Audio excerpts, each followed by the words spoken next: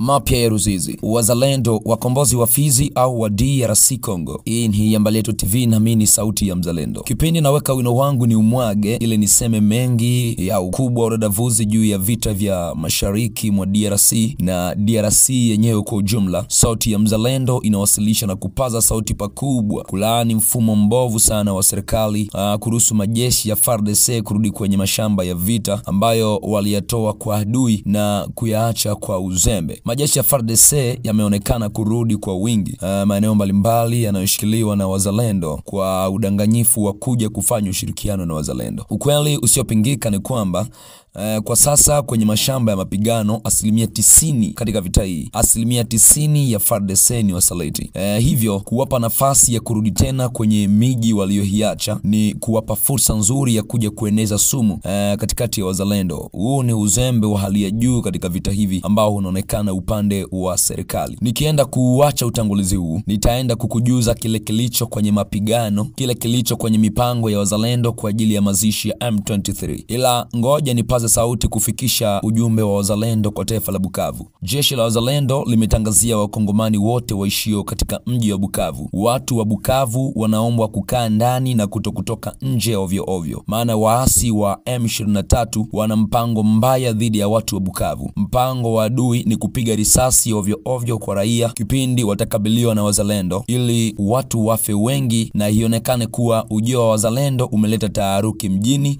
na kuua watu wengi wasio na hatia. Yani iwe mwanaume, mwanamke, mzee, kijana au mtu gani mwingine, M23 itapiga risasi. Tuwe makini na tufuate sauti ya mzalendo. Kiufupi, adui hana huruma na sisi na hatishwi na damu ya wakongomani. Hawa jamaa wako tayari kuua maelfu ya watu wetu kwa ajili ya siasa zao za kijinga yani. Jifikirie mtu yuko tayari kukuua ili tu waonekane kwa watu wengine kuwa yeye hana hatia yoyote. Ni ajabu kweli kweli. Alafu wanajiita les libertaires.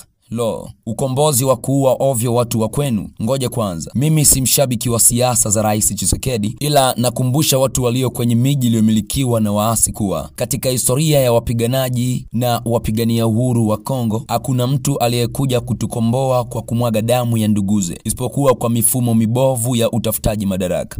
Ndiyo, achana na huyo unayemfikiria kwa muda huu. And then niulize mimi nikutajie kimpa vita Simon Kimbangu, Mamadou Mustafa Ndala, Patrice Lumumba au nani mwingine niwezaye kumtaja? Hayupo. Au tumzungumzia Musa sijui aje na maono ya kulitoa taifa letu utumwani, Tshisekedi akiwa ndo farao, alafu Musa huyu tena awashambulie na kuwaua kiolela ndugu zake wasio na hatia, yani Wafuliro, Wabembe na makabila mengine mashariki kuwa ndo wana wa Haruni. Huenda hujanipata vizuri. Mimi sio tu mzalendo, ila ni msomi pia.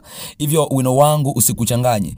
Ninachojaribu kusema ni hiki: katika historia ya upiganaji wa uhuru hakuna mkombozi aliyekuwa tayari kumwaga damu ya ndugu zake kwa ajili ya madaraka. Huyo mkombozi wa namna hiyo hayupo. Hivyo ukitaka kumjua mkombozi anayestahili na maana halisi ya ukombozi, achana na waasi, achana pia na serikali. Na maanisha nchini DRC jicho lako wape waza love kama ambavyo kina dada wangeweza kuwaita. Wameua ndugu yako? Hapana. Ikiwa jibu ni ndio, basi wewe ni Mnyarwanda. Fanya hima urudi kwenu, maana baada ya kifo cha nduguyo anayefuata ni wewe. Udongo ni wa kwetu na si wa kwenu. Achana na propaganda za kijinga brother. Kutakuwa upande wa Tshisekedi haimaanishi kujiunga na adui. Huo ni upuuzi. Huenda usikubaliana na uongozi wa rais, lakini katika vita hivi kwa nini kujiunga kwa watesi wetu? Hii ni swali tu ambayo nakuuliza.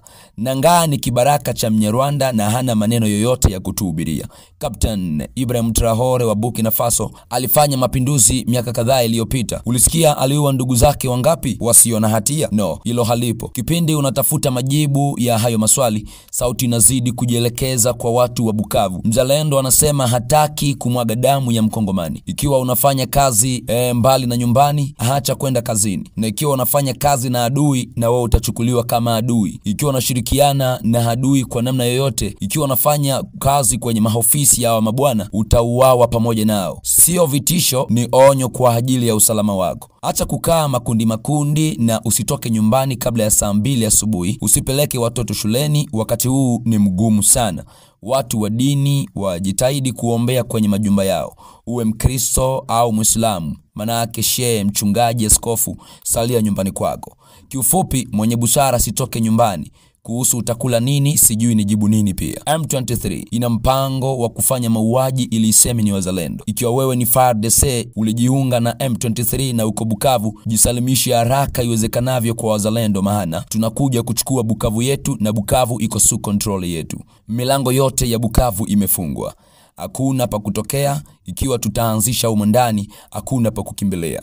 Na kazia tena, acha kufanya kazi kwenye maofisi ya M23. Usiseme sikusema. Sauti ya Mzalendo ni hapa kukupasha na kukujuza.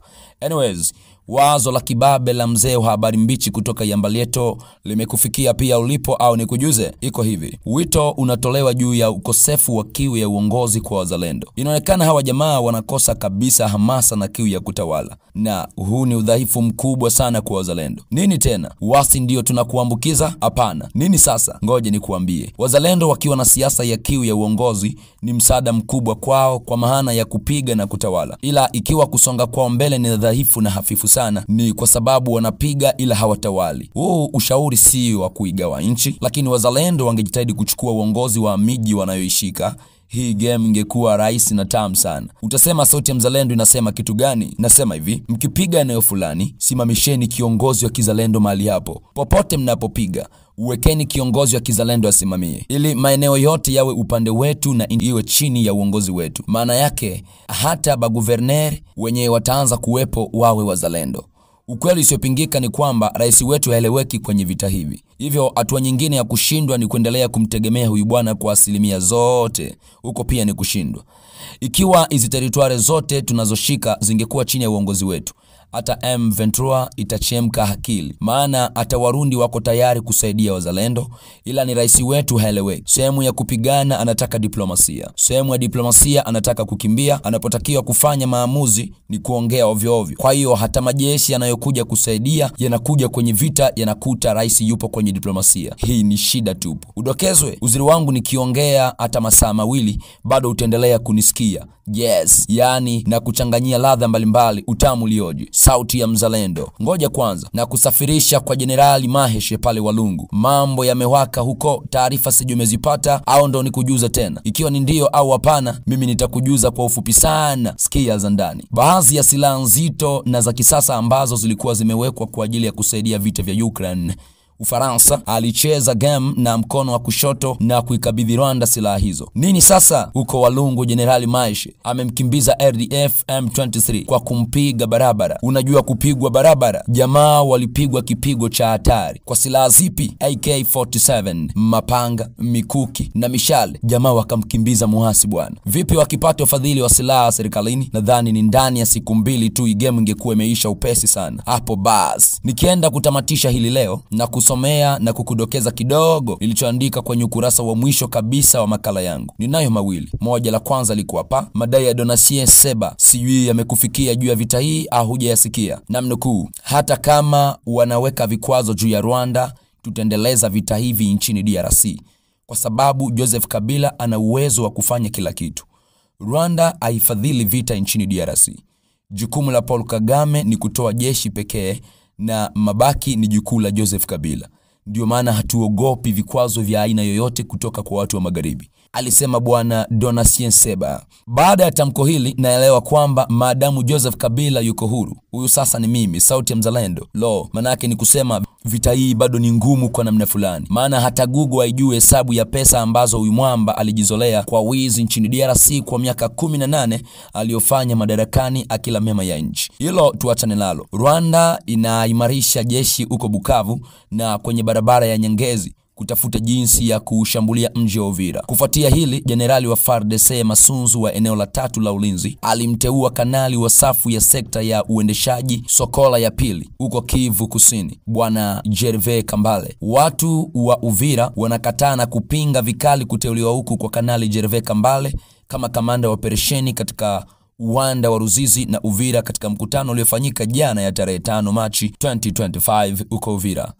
Gervais Kambale wa FARDC ni msaliti. Aliacha maeneo mawili kwenye mikono ya wahasi, Minova na Pinga.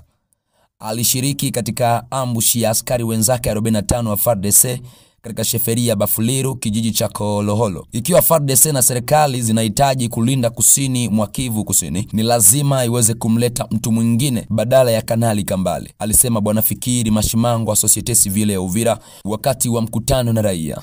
Shida ile inaisogelea Uvira na Sud Kivu kwa ujumla. Adui ameanza kujipatia pionti za kutumia. Unakumbuka nilipoanza na wewe umuhimu wa wazalendo kujitangaza kutawala maeneo wanayodhibiti. Siongei sana, kila mwenye sikio na asikie maneno ambayo muonaji anawaambia waza wa nchi. Hii ni Yambaleto TV, mimi jina langu naitwa Sauti ya Mzalendo.